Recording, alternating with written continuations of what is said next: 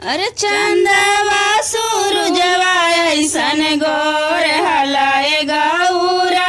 अरे चंदवा सूरजवा ऐसन गोर हलाए गौरा। अरे करिया महादेव पर लोभा गेलाए गौरा।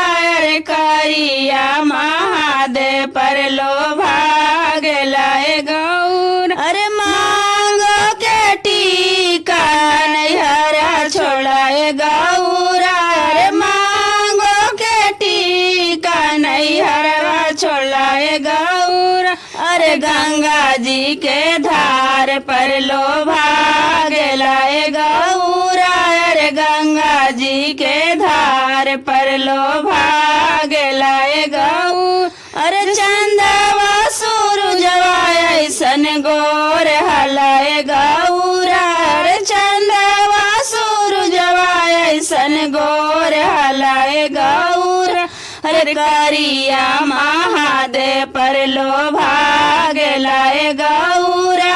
अरे करिया महादेव पर लोभा गेलाए गौरा। अरे हाथों के कंगना नैहरवा छोड़ाए गौरा। अरे हाथ के कंगना नैहरवा छोड़ाए गौरा। अरे मीरगा के छलवा पर लोभा गेलाए गौरा।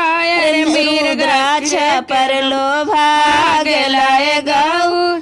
अरे चंदवा सूरजवा ऐसन गोर हलाए गौरा। अरे चंदवा सूरजवा ऐसन गोर हलाए गौरा। अरे करिया महादेव पर लोभा गेलाए गौरा। अरे करिया महादेव पर लोभा गेलाए गौरा। अरे कार मारुति नैहर छोड़ लाए गौरा।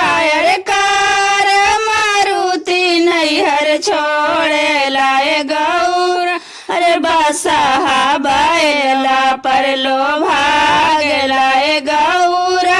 अरे बसहा बैला पर लोभा गेलाए गौरा। अरे कोठवा अटरिया नैहर छोड़ लाए गौरा।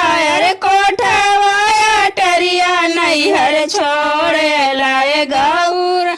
अरे टूटली मड़ैया पर लोभा गेलाए गौरा। अरे टूटली झोपड़िया पर लोभा गेलाए गौरा। अरे चंदवा सूरजवा ऐसन गोर हलाए गौरा। अरे चंदवा सूरजवा ऐसन गोर हलाए गौरा।